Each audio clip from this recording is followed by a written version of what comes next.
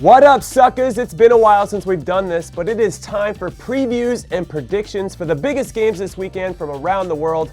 And for fun, I'm going to rate my 5 biggest matchups, starting with number 5, PSG versus Con, or as I like to call them, the Conradinos, because not only do I want to see how PSG starts the new league season under new manager Thomas Tuchel, which I assume is going to go well after they demolished Monaco 4-0 in the French Super Cup last weekend, but also how well the Conradinos are going to do as well, because the last time they played PSG in Paris was on the last day of last season, which was a match where they needed to get a result to not get relegated, and they got it, baby. 0-0, 0-0, goose egg to goose egg, so they're going to have some confidence knowing they can grind out a result against the defending champions. 0-0, I said goose egg to goose egg. Goose egg to goose egg. Doesn't make any sense. How's that hand movement though? Embarrassing. However, with regard to Con, they lost their respected manager Patrice Guérin for someone who was managing the league for the first time, so that's going to be difficult. And they lost 3 experienced players over the summer, so that's going to make it even more difficult. While PSG kept Neymar on the team for now, they finalized World Cup champion Kylian Mbappe's official move from Monaco, which cost them 135 million euros, which in hindsight is looking like a real steal of a deal. And they signed the legend Gigi Buffon, who should provide them a ton of leadership both on and off the field. So I'm going to say this one ends 4-0, while also predicting that PSG will easily win the league again, which is why I didn't do a full league preview for France. It's just too predictable. Anyway, my 4th favorite matchup of the weekend is Toronto FC versus NY Cfc, because these two clubs were the top 2 teams in all of MLS last season after the 34-game regular season. TFC finished on 69 points, while NYCFC finished on 57, but only one of them went on to win MLS Cup, while the other crashed out in the quarterfinals to the Columbus Crew, #SaveTheCrew, and unfortunately for NYCFC, it wasn't them that lifted the trophy. But that was then, and this is now, and Toronto are currently in 19th place out of the 23 teams in the league, proving that their hangover from being champions the previous season is real, while NYCFC is proving their consistency by being in 3rd overall. And this is despite losing manager Patrick Vieira a third of the games into the season because he left to go coach Nice in France. And also without the presence of captain David Villa, who has been hurt for a good portion of the games too. So I want to say that NYCFC have a slight edge. However, Toronto was going to turn it on at some point, and it seems, and I'll emphasize the word seems, like that's happening now with their current run of 2 wins and a draw in their last 3 games. But the 2 wins were against the Chicago Fire, who, I don't know how to put this gently, they're not good this season, okay? Plus, Toronto are still giving up a ton of goals. They've given up 41 in 22 games to be exact, which is extremely poor for a team with their quality. But for whatever reason, I think they're going to be up for this one. I think they like playing in big games, so I think they're going to do it 3-2.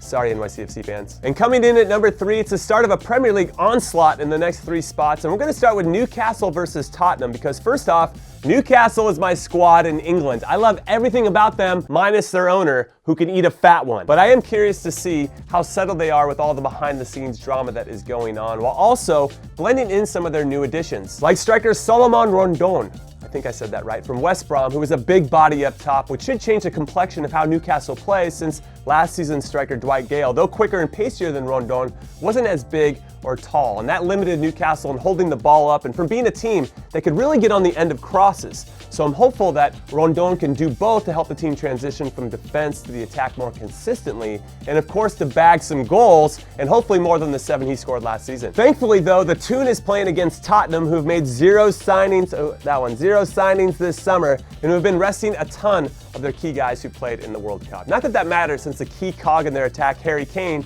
can't score in August anyway, so Spurs will definitely not be as sharp as a team, which means this is as good a time as any for Newcastle to take advantage of the situation and get the full 3 points at home in front of their faithful supporters at St. James's Park.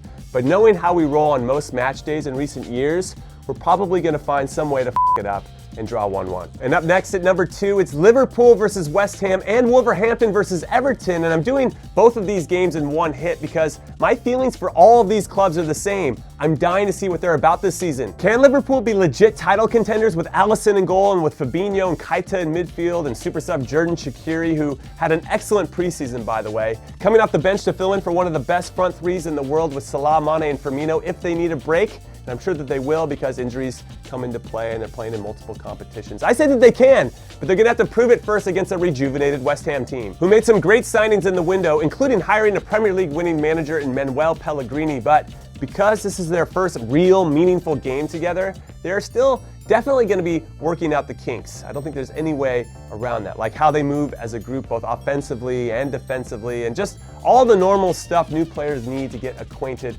with each other, which unfortunately you can only get by playing in big games like this one. So I really feel like it's going to be tough for them in this first one, especially playing at Anfield against a team that already knows how they want to play and they already know how to have success. So I think Liverpool takes this 3-1, but I believe West Ham will show enough glimpses of quality to prove that they will be a very good team this season. And as for the other game, Wolves versus Everton, I have zero idea how either one of these teams is going to do in their first match in the Premier League this season, but I have been very impressed in the moves that they both have been making, especially the Toffees, who did some tidy business on the last day of the transfer window, getting the Brazilian Bernard on a free transfer from Shakhtar Donetsk, so well played to you guys, and picking up Colombian World Cup hero and center back Jerry Mina and Andre Gomez on loan from Barcelona. It's like they're stealing Barcelona's, I'll say French players? Maybe they're French players. So it doesn't matter. I'm kind of feeling Everton now this season, which makes me want to rethink where I had them positioned in my Premier League preview video. I think I had them in 8th,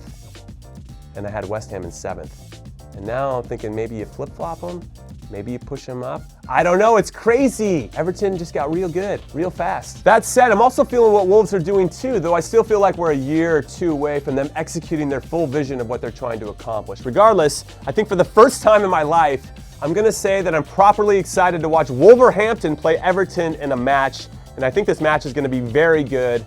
So I'm gonna go with my traditional score that I go with when I think a game is gonna be really good and I can't pick a winner, 2-2. And then finally at number 1, it's the matchup that you've all been waiting to talk about, Arsenal versus Manchester City, which maybe, now that I think about it some more, shouldn't be number 1 since new Arsenal manager Unai Emery has not beaten City manager Pep Guardiola once in 10 tries. He has 4 draws and 6 losses over those 10 games. Also, given that this is Emery's first game in charge in a new league, while he tries to implement new ideas and new players in a new system, it probably would have been more ideal for them to take on a Brighton or a Bournemouth to ease into the season. But instead, the makers of the calendar decided to be real a-holes and give Emery the hardest possible start to the season by having his club take on the defending champions, who already have the benefit of playing in a meaningful game in their solid 2-0 victory over Chelsea in the Community Shield the week before. So even though I'm excited to see what this 4-2-3-1 formation looks like for Arsenal, with Xhaka and Torreira holding it down as a pair in front of the back four, and most likely